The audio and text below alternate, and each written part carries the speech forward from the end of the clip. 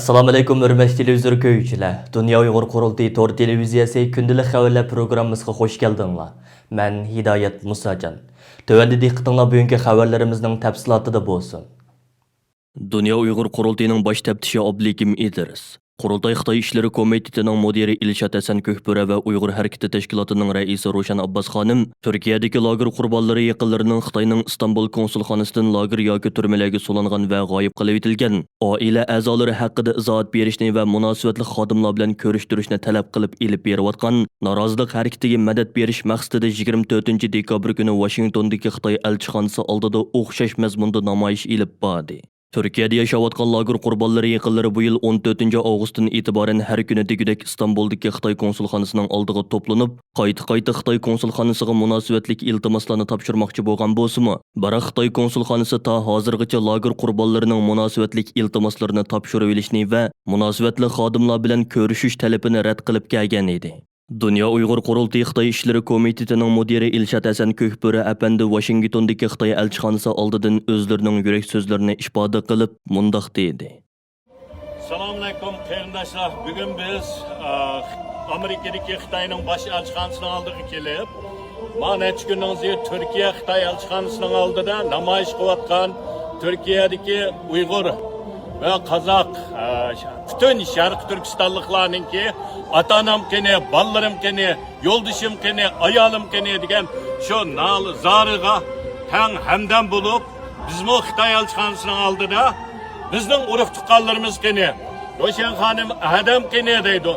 Ben ballarım kene, sınırlarım kene deydi. Ablikim.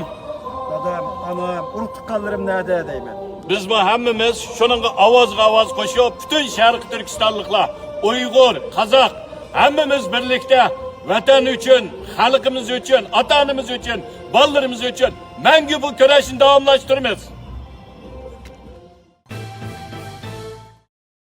Dunyo Uyg'ur qurultiyining tashabbusi bilan 2020-yili 9-oyning 3-kuni Londonda qurilib rasmiy ish boshlagan Xalqaro Uyg'ur sud kollegiyasi o'zining hukmnomasini 2021-yilining oxirigacha tamomlab bo'lish uchun jiddiy tirishchanlik ko'rsatmoqda. Mazkur sud kollegiyasi koronavirusi sababidan o'tirg'i chiqqan jiddiy vaziyat normallashgan hamon o'zining Xitoy ustidagi tunji sudini boshlaydi. Xalqaro Uyg'ur sud kollegiyasi qurilib faoliyat boshlagandan buyon chet ellardagi Uyg'ur tashkilotlarimizning va Uyg'ur qarindoshlarimizning qizg'in qo'llashiga erishib kelmoqda. Sharq Turkiston tashkilotlari hamkorlik munbirining bu yil 11-oktyabr chaqirilgan yig'inida munbir tarkibidagi har qaysi tashkilotlarimizning Xalqaro Uyg'ur sud kollegiyasiga moliya va dalil isbot jihatdan yordam berish haqida o'rtaq qaror ilingan va Xalqaro Uyg'ur sud kollegiyasiga dalil isbot to'plash komissiyoni bilan iqtisod to'plash komissiyoni qurib chiqilgan edi. O'zining maxsus to'r sahifasini qurib chiqqan Xalqaro Uyg'ur sud kollegiyasi chet ellardagi mustaqil tadqiqotchilarni, kishilik huquq tashkilotlarini, Uyg'ur tashkilotlarini va muhojiratda yashayotgan Uyg'urlarni Xitoy hokimiyatining Sharq Turkiston xalqiga qarata yurgizayotgan irqiy qirg'inchiligiga doir dalil isbot va guvohchi ham shohidlar bilan ta'minlashni jiddiy talab qilib kelmoqda.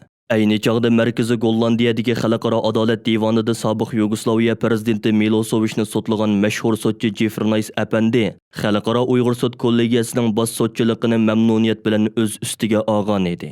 Mazkur sud mahkamasi 7 nafar baholash va hukm chiqarish hay'atidan tarkib topgan bo'lib, hozirgacha bo'lgan oraliqda Xalqaro Uyg'ur sud kollegiyasining maslahatchisi, bosh qonuniy tadqiqotchisi va yordamchi riyosatchisi bekitilib chiqilib, ommaga ochiq maxsus to'r sahifasi ichildi va qisqagina vaqt ichida Xitoyning Uyg'urlarga yurgizayotgan irqiy qirg'inchiligiga munosabatlik 15 ming betlikdan ortiq dalil isbotliq material to'plab bo'lindi. Undan boshqa yana Sharq Turkiston tashkilotlari hamkorlik munbiri tarkibidagi Uyg'ur tashkilotlarining va har qaysi ellardagi fidokor qarindoshlarimizning yordami bilan hozirga qadar mazkur sud kollegiyasini normal yurgizish uchun zarur kerakli bo'lgan 400 ming Amerika dollarining taxminan 4 dan 3 qismi to'planib bo'lindi. Xalqaro Uyg'ur sud kollegiyasiga dalil isbot to'plash komissiyoniga mas'ul bo'lgan Markaziy Norvegiyadagi Uyg'ur adliya arxiv ombiri har qaysi ellarda yashayotgan Uyg'ur qarindoshlarimiz orasida dalil isbot to'plash, guvohchi va shohidlarning bergan ma'lumotlarini ratlab chiqish xizmatlarini jiddiy qanot yoydirib kelmoqda. Xalqaro Uyg'ur sud kollegiyasini qurib chiqishdagi maqsad shuki, garchi Xitoy davlati xalqaro irqiy qirg'inchilik ahdnomasiga imzo qo'ygan davlat bo'lmasa-mu, afsuski Xitoy bu deloning xalqaro jinoyat sudida yoki har qanday bir xalqaro adolat sudida ko'rilishiga qarata to'sqinlik qilish imtiyoziga ega. Ammo Xalqaro Uyg'ur sud kollegiyasi bu vaqtda nopuzliq va tarafsiz holda hukm chiqara oladi. Bu sud hech bir oldin hukm va yoki taxminga asoslanmagan holda eng qisqa muddatda torbat vositasi bilan jamoatga echib etilgan ochiq dalillarni tekshirib, barliq bor bo'lgan material va faktlarga qarab oxirgi hukmnomani e'lon qiladi. Hökumətlər və xalqaralıq təşkilatlar o'ttirg'i chiqqan shu dalil asosidagi hukmnoma orqali o'zlarining xalqaralıq məcburiyyət və javobgarlıqlarını tonib yetidi və tegishlik holda analiz qiladi. Agar Xitoy davlatining Uyg'urlarga qaratgan qasddan o'ldirish, qo'l qilish, o'rinsiz turmaga silish, qiyin qistoq, bosqinchilik va boshqa jinsiy zo'ravonlik, majburiy tug'mas qilish, majburiy g'oyib qilish, bolalarni ota-onalaridan majburiy ayirib etish, majburiy to'y qildirish va inson organlari tijoratidagi boshqa jinoyatlarni sodir qilayotganligi Xalqaro Uyg'ur sud kollegiyasi tarafidan rasmiy isbotlanib hukm chiqarilgan taqdirda bu hukm har qaysi davlatlar va xalqaro organlar uchun zo'r qonuniy asos bo'la oladi. Chet ellik kuzatuvchilarning qarashicha Xitoyning Uyg'urlar ustidan yurgizayotgan vahshiy zulmlarining futbol dunyosiga bevosita ta'sir ko'rsatishi Uyg'urlar masalasining dunyo jamoatchiligiga texmo ro'shan holda to'nilishiga bevosita turtki bo'lmoqda. Tunji bo'lib Arsenal klubining dunyoga mashhur futbolchisi Mesut Özilning Xitoyning Uyg'urlarga yurgizayotgan zulmi haqida bevosita fikr bayon qilganligi dunyoda zo'r g'ulg'ula qo'zg'ab qolmasdan hatto Xitoydami kuchli ta'sir qo'zg'agan. Bu sababdan Xitoy hokimiyati o'zining televiziya kanallarida Arsenal klubining musobaqalarini ko'rsatishni bir mahal to'xtatishga majbur bo'lgan edi. Ondan boshqa yana Turkiyada futbol tepadigan Dembabami futbolchilarni Xitoyning Uyg'urlarga yurgizilayotgan zulmlari haqida pozitsiya bildirishga chaqirgan. Frank Ribery va Kalido Koulibaly qatorliq bir qancha dongli fransuz futbolchilarni orqa-orqadan ijtimoiy aloqa to'g'rida bu masalani gavdalantirgan edi.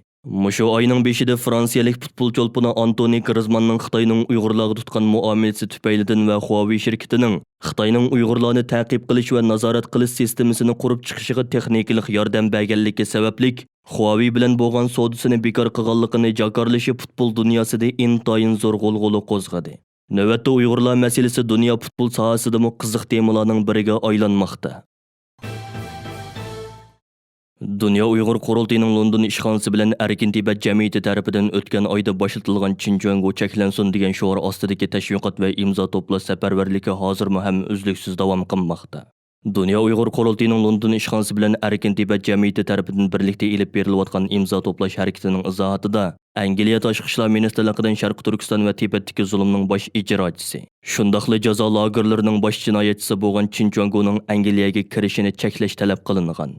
Ular ijtimoiy taratqularda cheklash murojaatnomasi e'lon qilgandan boshqa yana Uyg'ur va Tibetlarni bostirgan Xinjiang Angliyada qarshi ilinmaydi.